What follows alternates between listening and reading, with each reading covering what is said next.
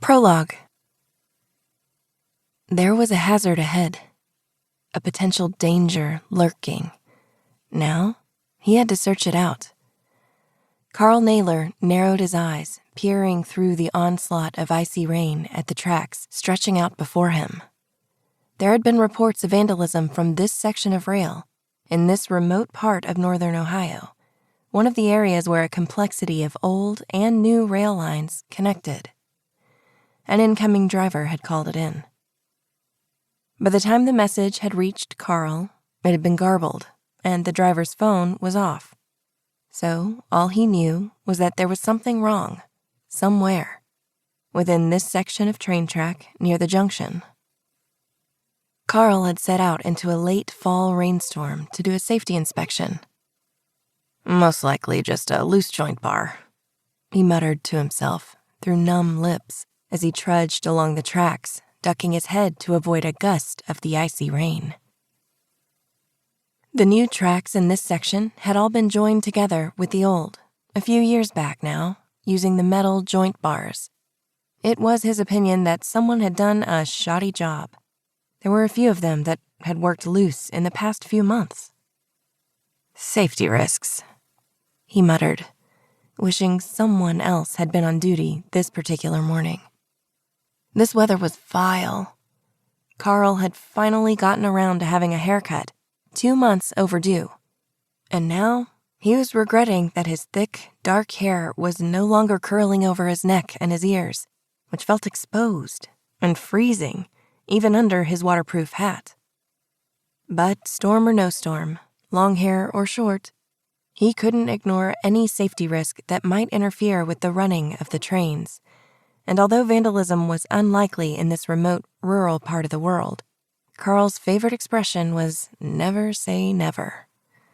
There were psychos out there who would take glee in destroying a section of track and watching as the train veered off it.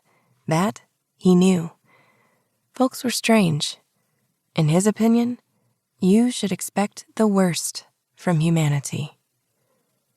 Carl was in no mood to deal with anyone who might wish to cause trouble on the line. He'd just come off a long night shift, and he was cold and wet and tired. This inspection should have been done by the rail engineer working the day shift, but the rail engineer working the day shift had called in sick with bronchitis. Since this was urgent, it was now into the overtime hours for him. All he wanted to do was to get back to the warmth of the station, to dry out his inspection of the line, and then head home. He walked along the tracks, bending down to inspect the joint bars, shining the light on them, testing them for any signs of a misalignment or looseness. There! He bent down, his gloved hand tugging at the metal bar. It was very loose. He could see it was askew and feel it move, and the movement of the train along the tracks would work it still looser. Luckily, it was a quick repair job, nothing more than the tightening of the bolts. Getting them really tight, as in immovable. He got the hammer and wrench out of his backpack and set to work, spraying the joint bar with oil before inserting that hammer and wrench into place, and then screwing the bolt as tight as it would go. He stamped down on the wrench with his booted foot, feeling the metal squeak in protest as he slammed it tighter still. There. It had been a long walk for a small job. He straightened up, shivering. His back was stiff and his legs were aching as he squinted his eyes against the wind and the sleet. It occurred to Carl suddenly that maybe the walk wasn't over yet.